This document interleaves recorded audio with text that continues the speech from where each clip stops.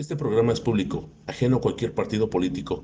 Queda prohibido el uso para fines distintos a los establecidos en el programa. Radio Incan, transmitiendo desde el Instituto Nacional de Cancerología para todo el Instituto y México, uniendo a la familia incansable del país. Hola, ¿qué tal, familia incansable? ¿Cómo están? Estamos en un nuevo episodio. Estamos en este momento viendo dentro de lo que es la serie de podcast o capítulos donde estamos mostrándole a toda la familia incansable fuera del instituto cómo es el INCAN por dentro.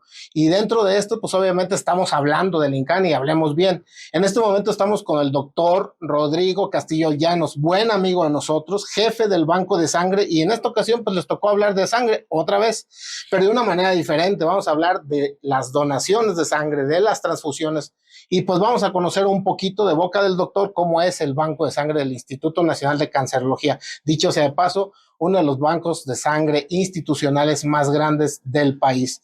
Gracias, doctor Rodrigo. Platícanos, doctor, ¿quién es el doctor Rodrigo? ¿De dónde vienes? ¿Cómo saliste? ¿De dónde llegaste? Bueno, buenas tardes, pues sí, yo soy Rodrigo Castillo. Actualmente tengo la fortuna de ser el jefe del Departamento de Hematología y Banco de Sangre, que básicamente, a grandes rasgos, es Banco de Sangre. Pues yo soy egresado de la Universidad La Salle de Ciudad Victoria. Hice la especialidad, bueno, hice 2 años de medicina interna en el GEA González, aquí al lado, y posteriormente terminé hematología acá en nuestro instituto y hice la alta especialidad en medicina transfusional en el Banco de Sangre, ¿no? Y te quedaste a trabajar aquí con Y nosotros. aquí me quedé a trabajar, ya básicamente soy del sur. Orgullosamente INCAN, orgullosamente sí. incansable. ¿Cómo es el departamento que estás dirigiendo? ¿Cómo está constituido? ¿Cómo se conforma? Bueno, el departamento consta de banco de sangre y del servicio diagnóstico de hematología, que tenemos citometría de flujo, criopreservación y biología molecular y citogenética, ¿no? Lo que nos compete hoy pues es banco de sangre, y el banco de sangre pues está dividido en, bueno, son muchos procesos los que llevamos a cabo. Está el de la donación de sangre, que es el que podría ser el más importante para las personas, que, bueno, básicamente es que si un día yo me despierto con ganas de donar sangre o tengo la necesidad de donar a favor de algún familiar, pues me presento en el banco de sangre, pido la información y vengo a donar sangre, ¿no? Básicamente este está abierto para toda la población en general. Lo ideal sería que nosotros donáramos sangre de manera altruista, pero el grueso de nuestras donaciones son de reposición. ¿Eso qué quiere decir? Que tienen familiares o conocidos hospitalizados que han requerido componentes sanguíneos y vienen con nosotros para reponer esta sangre o estos componentes que se han utilizado. Posteriormente, luego tenemos toda el área química que se encarga del análisis hematológico de los donadores y de los componentes, así como de las muestras de los pacientes a los que hay que darles o dirigirles los componentes. Y está el área de serología, donde hacemos todas las pruebas dirigidas a buscar VIH, hepatitis B, C, todas las infecciones transmitidas por sangre. Y el área de entrega y recepción de componentes, quienes se encargan de dirigir los componentes al resto del hospital, quienes van a usar nuestros productos. Excelente el trabajo. Tienes entonces detección, por lo tanto, manejas sangre segura. Nosotros y obviamente manejamos. La norma oficial así lo marca y obviamente estás dentro de la norma. Así es. Por así decirlo, este es un banco de sangre muy quisquilloso en cuanto a cumplir la norma. Somos un banco de sangre que actualmente está certificado por la ISO 9001-2015. Entonces, tenemos que cumplir básicamente muchos puntos o objetivos en cuanto a calidad. Y una de ellas es asegurarnos que todos los componentes que salen del banco de sangre tienen una trazabilidad completa. ¿Qué quiere decir? Que yo sé que desde el donador, desde que llega, hasta cuántos componentes dio ese donador y ese componente a qué paciente se dirigió y si ese paciente tuvo alguna eventualidad. Obviamente cumplimos todos los requerimientos en cuanto a búsqueda de infecciones transmisibles, VIH, hepatitis B, C, hacemos sífilis, chagas, brucela, y por consecuencia nosotros hacemos las confirmatorias de todos estos virus. O sea, tenemos también la capacidad de, una vez que sale positivo en la serología convencional, pues podemos decirle al donador que salió positivo si realmente es positivo o negativo al virus. Excelente. Tienes entonces cual GPS desde que sacas la sangre del donador hasta el momento final de la bolsa que se va a desechar, incluso tienes esa trazabilidad como Así si es. fueras un GPS, y eso te da mucha seguridad, amigo incansable, te da mucha seguridad de lo que está recibiendo. Y para que esto funcione y circule, pues hay que donar sangre. El instituto tiene como política, pues obviamente cada que un paciente ingresa, pues tiene que traer sus donadores, y estamos hablando de que es un hospital cuya idiosincrasia a lo que se está pidiendo, es decir, pacientes con cáncer, pacientes operables, pacientes que van a requerir cirugías mayores, que van a requerir sangre, pacientes que van a recibir quimioterapia, y que la quimioterapia, el nadir, es decir, la mayor toxicidad de las quimioterapias, pues baja los niveles de hemoglobina, baja los niveles de plaquetas, y estas se tienen que reponer en algún momento con sangre, es decir, se consume mucha sangre.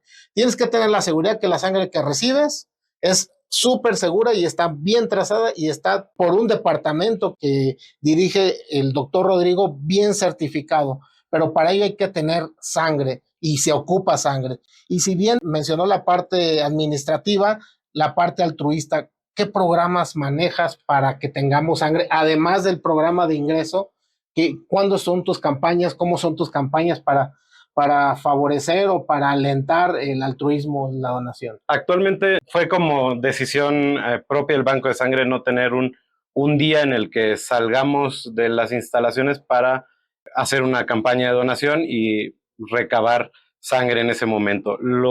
El interés del Banco de Sangre básicamente es aumentar la donación altruista de manera constante, que vengan día a día a donar porque ellos quieren donar, no porque es algún requisito. Entonces tenemos este programa en la que tomamos foto del donador altruista, les damos algún tipo de detallito que es mínimo porque no, como tal no podemos ofrecer ningún tipo de remuneración a cambio de la donación, y ponemos sus fotos en un mural que tenemos fuera del banco de sangre. Estamos tratando de mejorar este mural con un poco de fotos de más calidad que quepan las fotos, y estamos abriendo en nuestras redes sociales, bueno, queremos tener un rubro de redes sociales en las que subamos, si es autorizado por el donador, pues las fotos de ellos, con el fin de incentivar la donación altruista de manera subsecuente, ¿no? ¿Por qué? Porque si hacemos una campaña de donación, ese día vamos a tener un aumento de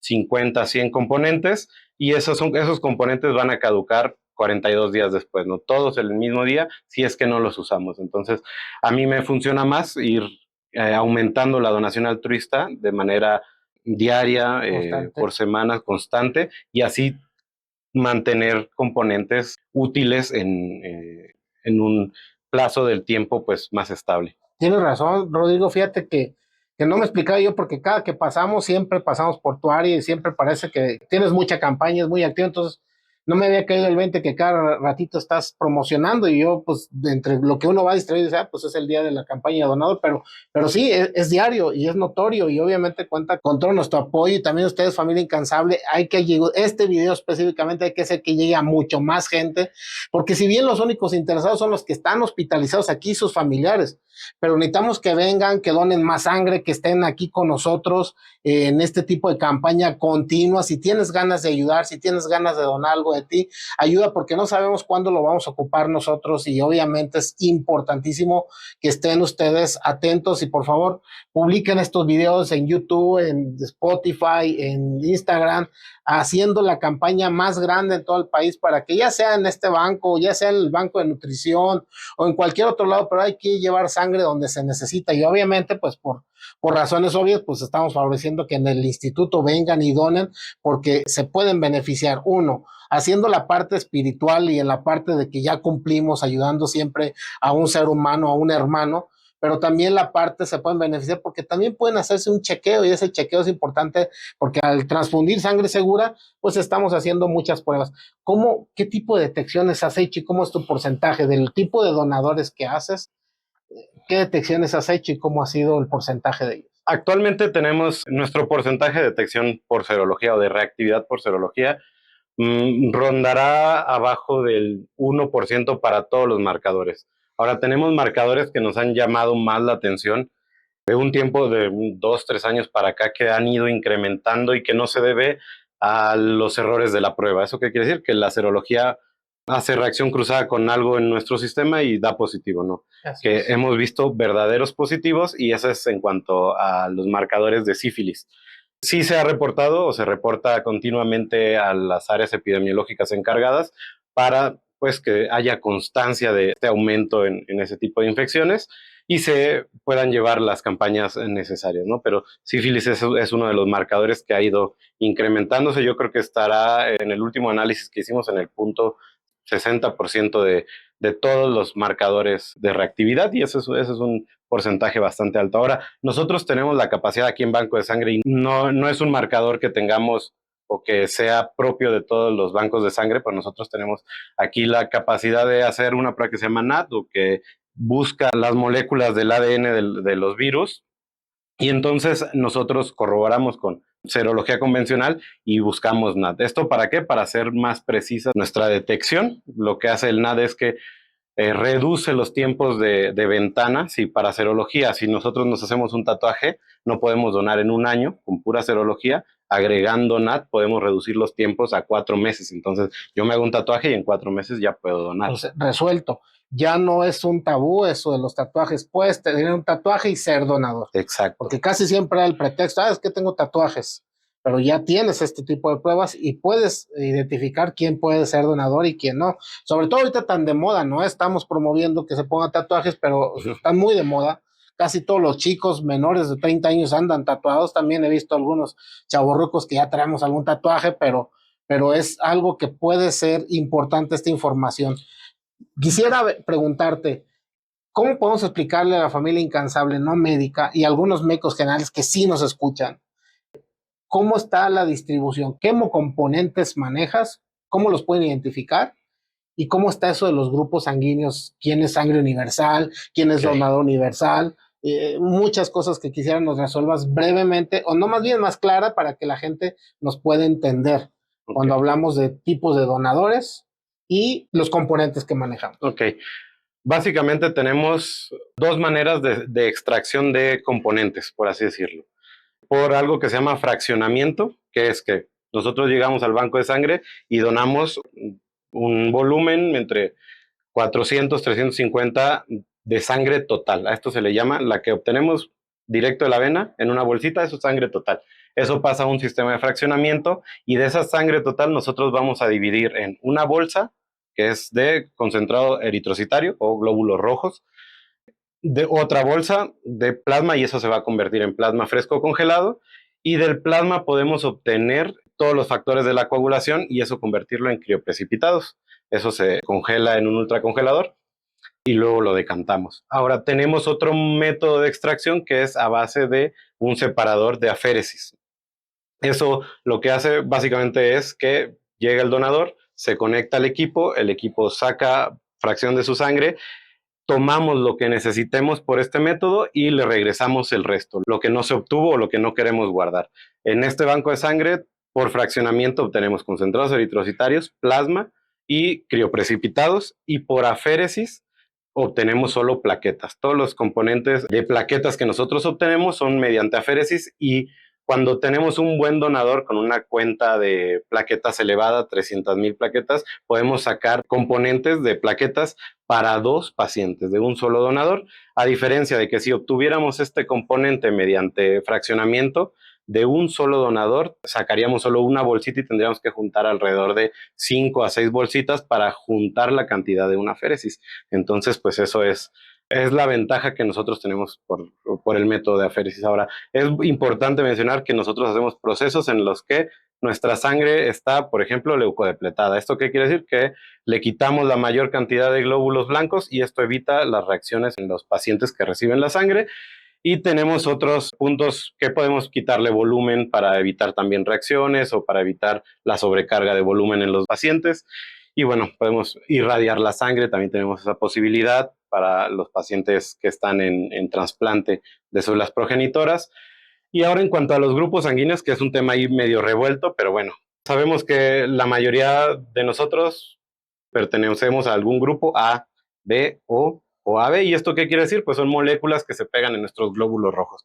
Si somos A, pues hay moléculas A pegadas en nuestros glóbulos rojos. Si somos B, tenemos moléculas B. Y si somos AB, pues tenemos moléculas A y B pegadas. El O carece de las moléculas A y B. Entonces, básicamente, para decir que nosotros somos personas que pueden recibir todo tipo de sangre, tendríamos que tener todas las moléculas. ¿Por qué? Porque nuestro sistema hace anticuerpos sobre aquello que nosotros carecemos, o las moléculas de las que carecemos. Si yo soy A, carezco de B, entonces mi cuerpo forma anticuerpos contra B.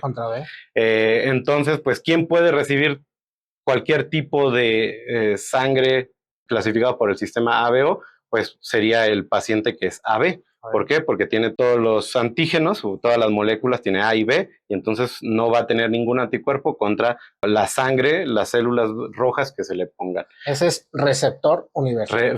Podríamos decirle receptor universal si no contáramos con el resto de sistemas de clasificación. Así es, porque hay otros antígenos que al final le va a pedir, no más que nos lo mencione, porque los médicos que no son hematólogos y que no están muy metidos en esto se ponen a transfundir sangre como locos. Y obviamente están sobrecargando de estas moléculas de las que ahorita él no ha hablado, pero al final a ver si nos da tiempo para que los mencione, porque no es tan necesario poner 4 paquetes globulares en un paciente que tiene 9, o porque está en 6, es decir, hay que llevarlo a 2, esa regla ya hay que empezarnos a olvidar un poquito de ello, pero bueno, perdón por la interrupción. No se preocupe. Y ahora existe lo que podríamos tomar en cuenta como donador universal, y básicamente es aquel que en su célula roja pues no tiene ninguna molécula. ¿Quiénes son? Los O.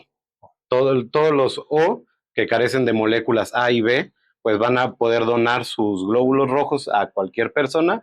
¿Por qué? Porque los anticuerpos del receptor no van a destruir los glóbulos rojos. Ni ¿no? A ni B. Ni B. Ajá. Ese sería el donador, por así decirlo, universal, si no tomamos en cuenta el resto de los sistemas. Anticuerpos o moléculas, llamémoslo moléculas, que no están tipificadas en el banco de sangre para donar, pero que todos tenemos, y esto viene de familia. O sea, yo tengo los míos y mis hermanos tienen los suyos, aunque seamos hermanos, pero son toda una paleta de moléculas que estamos regalándole a la gente que no necesita. Sí, y ahora existe el otro que también es bastante común, que es el positivo o el negativo, que se refiere solo al RH o al sistema RH, y básicamente todos los positivos les pueden donar a los positivos, y los negativos les pueden donar también a positivos y negativos, pero un negativo no puede recibir un positivo, ¿no? ¿Por qué? Claro. Porque positivo quiere decir que tienes la molécula, y si tienes la molécula y se la pones a un negativo, pues obviamente va a formar anticuerpos contra esa molécula. Y bueno, comentaba el doctor que existen otra cantidad, un número grande de sistemas de clasificación. Actualmente en la última actualización son 46 sistemas. Por ejemplo, ABO es uno, RH es otro, y existen otros 44, ¿no? El Lewis, MNS, sistema P, KEL, DOFI, y bueno. Y que solamente pues, lo controla la gente experta de banco de sangre. Los que vemos hematología los conocemos, pero realmente ocupamos un experto. Y obviamente, pues, este es un mensaje que muy concienzudamente y es muy interesante. Por eso me interesaba esta charla con Rodrigo, porque estamos obviando esos sistemas de sangre que no identifican y que muchos médicos no conocen, pero que aún así transfunden sangre. Alguna vez por urgencia y hay hemorragia y está chocándose, pues ahí no tenemos de otra. Pero cuando el paciente está estable, que tiene una hemoglobina más o menos de 7, que es los tabús que quiero desatar aquí con Rodrigo. Uno, es cierto que la sangre por cada paquete globular tienes que subir 1 gramo, 1.5, ¿es cierto o no es cierto? Es una medida aproximada que usamos. Sí, es para darse más o menos una idea. Pero entonces los médicos, en base a eso, los médicos que no ven sangre, pero que transfunden, llega un paciente con hemoglobina de 6, por lo tanto quieren llevar a 12.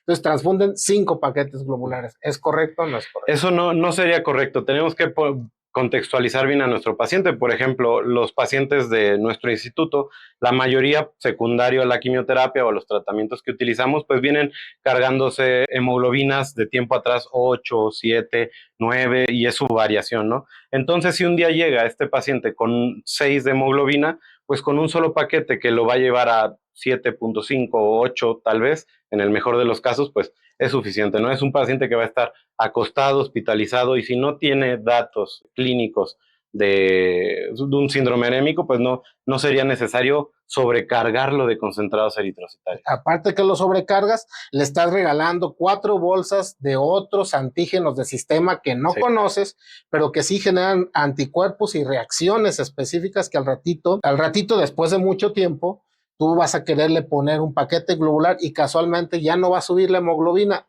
por ese tipo de sistemas, ¿es correcto? Sí, es cierto. Aquí nos pasa mucho que vemos un paciente que lo analizamos bien en el banco de sangre, es un paciente al que da todas sus pruebas negativas, se puede transfundir de manera compatible, luego vemos que tal vez acude a otro hospital fuera del instituto, le transfunden 2, 3 paquetes, regresa con nosotros y a la hora de hacer otra vez el análisis ya nos aparecen anticuerpos irregulares contra estos otros sistemas que existen, y a la hora de querer cruzarlo o compatibilizarlo, pues nos va a salir incompatible, nos va a meter ahí en dificultades al tratar de conseguirle un paquete dirigido a este paciente. Okay. Ahora, otro punto en considerar, plaquetas. Por cada bolsita de concentrados plaquetarios dicen que subes 10,000 plaquetas. ¿Esto es correcto o no es correcto? Por cada concentrado, sí, más o menos 8 o 10,000. 10,000. ¿Y por la cada féresis plaquetaria? 40,000. Y la féresis plaquetaria es variable, se tiene algo que ver, tanto la sangre, las plaquetas y la féresis, si yo la tomo hoy y la pongo en la tarde, o si yo la tomo hoy y la pongo en 10. Te voy a decir porque ocurre, claro. ocurre, sobre todo en lugares donde no hay médicos hematólogos y los bancos de sangre los coordinan muchos otros, porque por mucho tiempo eran médicos generales. Sí. Es decir, 10 días de plaquetas o 10 días de haber sangrado al paciente con paquete globular o 20 días después de hacer una féresis. ¿Tiene que ver esto? ¿Influye? Realmente, bueno, lo complicado aquí con las plaquetas es que es el componente que menos nos dura. Por las condiciones en las que lo tenemos que almacenar, que normalmente es a temperatura ambiente, en agitación, y usan una bolsa porosa que garantiza el intercambio gaseoso para mantener la adecuada viabilidad de las plaquetas. Ahora, no es lo mismo que yo ponga unas plaquetas que se acaban de sacar hoy y se usan hoy por la tarde. Esas van a tener un mejor rendimiento en cuanto a la función plaquetaria que aquellas que ya llevan 5 días o que están en su último día de almacenamiento, pues el rendimiento sí puede ser mermado, ¿no? Ahora, yo no puedo almacenar estas plaquetas más días por el riesgo de contaminación. Hay algunos métodos que te pueden estirar la vida de las plaquetas hasta 7 días, pero no contamos con esos métodos actualmente. Ok. Y por último, en cuanto a este capítulo, la disposición de la sangre. ¿Tenemos que tomar muestras y cultivar después de que transfundes? No, siempre y cuando el paciente no haya tenido reacciones adversas. Sí existe alguna reacción adversa y principalmente las que son febriles. Si el paciente empieza con 36 y sube 1 grado, 2 grados de temperatura durante la transfusión, en este momento hay que tomarle cultivos al paciente, aunque puede ser esta entidad que se llama reacción febril no hemolítica, que solo es que tuvo fiebre por los contenidos proinflamatorios del concentrado o del componente. Esa es una entidad que que es de descarte. ¿Eso qué quiere decir? Que yo primero tengo que asegurarme que yo no le causé infección al paciente al ponerle un componente contaminado. Ok. Sí, y entonces, cuando nosotros tenemos este tipo de pacientes, ¿cuándo tenemos que me hace el paciente fiebre? Porque esto también es algo que hacen mucho en la práctica en todo el país y lo tomaron como una regla así. Te lo digo porque yo trabajo en provincia y he tenido toda la región de mi estado casi conocimiento de lo que está sucediendo, por eso le preguntamos al experto. Es, ¿cuándo tengo que parar, revisar y volver a reiniciar la transfusión del componente que quieras, sangre específicamente, y cuándo tengo que parar y retirar ese componente? Básicamente es, si el paciente hace cualquier síntoma durante la transfusión, ya sea presenta ronchas, tiene rash, eleva la temperatura, empieza con escalofríos, se detiene la transfusión. Valoramos, debe ser decisión clínica del médico, que no sea una reacción adversa a la transfusión moderada a grave. ¿Qué quiere decir? Pues elevó 1 grado, 2 grados la temperatura, pero no tuvo otros síntomas de bacteremia, por ejemplo, o solo tuvo rash y ronchas, pero no tuvo estridor laríngeo, no hubo más sintomatología, podemos administrar medicamento y una vez que remitan los síntomas, reiniciar la transfusión. Ahora, si aparecen síntomas de gravedad, hipotensión, empieza con estridor laríngeo, dificultad respiratoria, pues ahí tendríamos que detener la transfusión y regresar el componente con el volumen a banco de sangre. Ese componente no se tira, se regresa a banco de sangre para que nosotros podamos hacer el análisis pertinente. Excelente.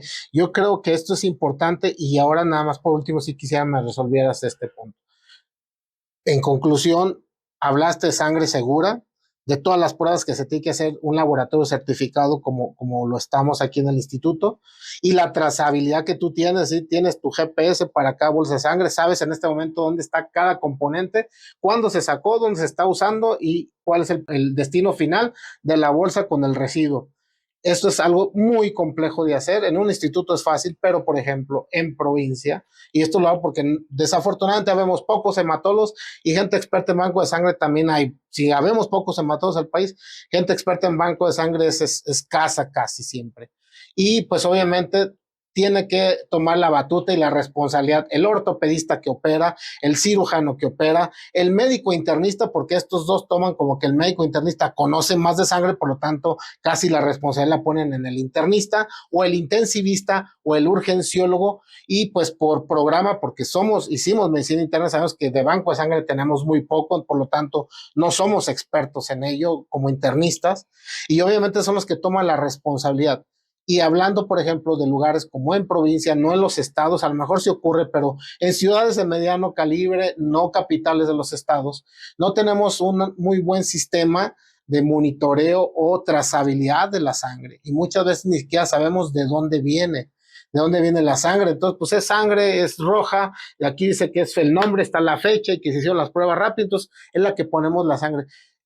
Es responsabilidad del que transfunde lo que suceda con esa sangre, es responsabilidad. Entonces, al respecto, ¿qué me puede decir? Porque nosotros, los internistas, los cirujanos, los ortopedistas, no conocemos la trazabilidad del banco de sangre. Afortunadamente existe esta normativa, la NOM 253, que rige a todos los bancos de sangre y todos estamos obligados en cumplir por lo menos la normativa. No podemos hacer menos, pero sí podemos hacer más. En este banco pues hacemos más, afortunadamente. Ahora, lo mínimo es hacer la norma y como usted lo mencionó, en la norma menciona bien claramente, es responsabilidad de quien transfunde el vigilar al paciente o el paciente después, durante y después de la transfusión.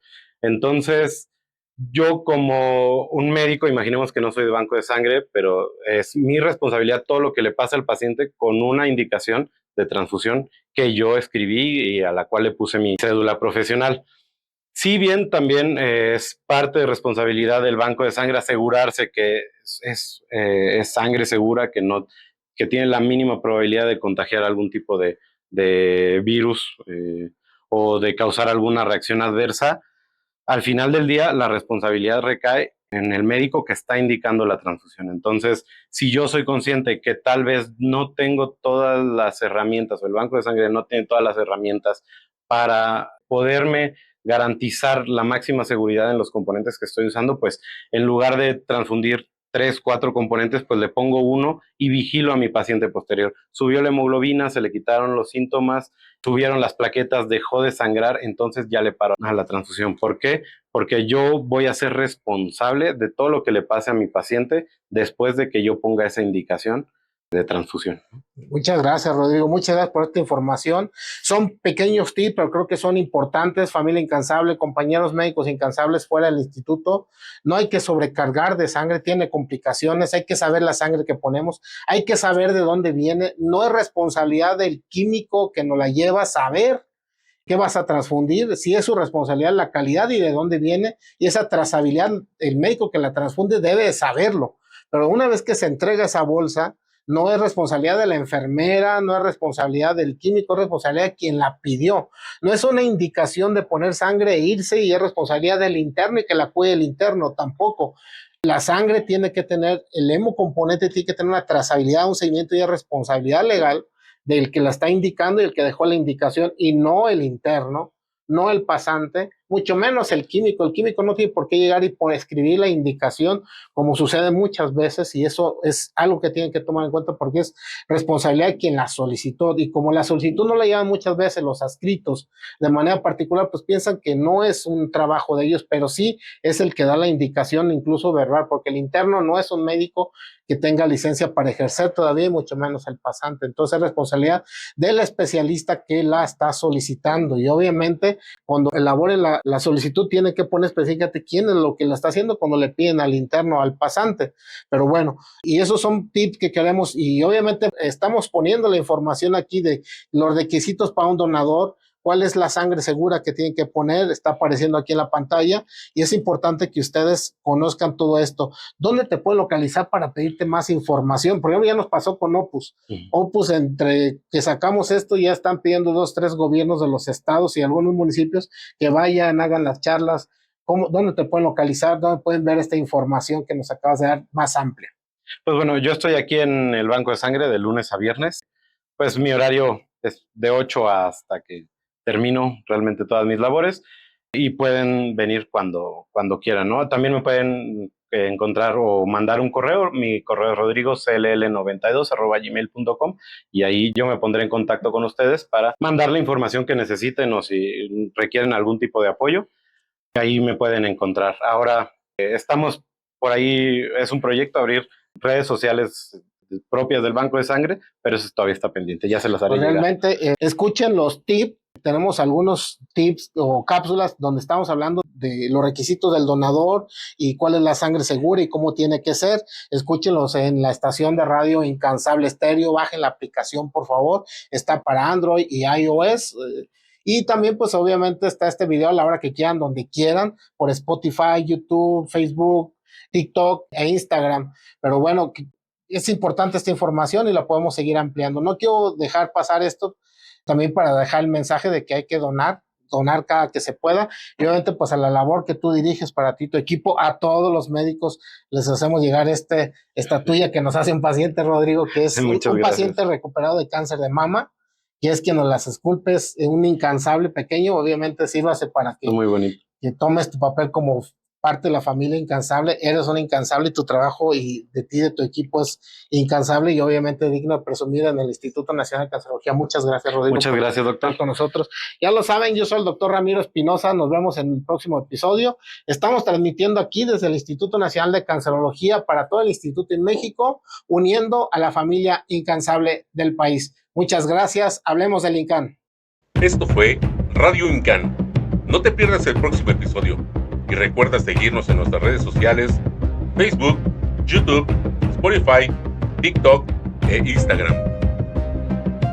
Hablemos del INCAN en Radio INCAN.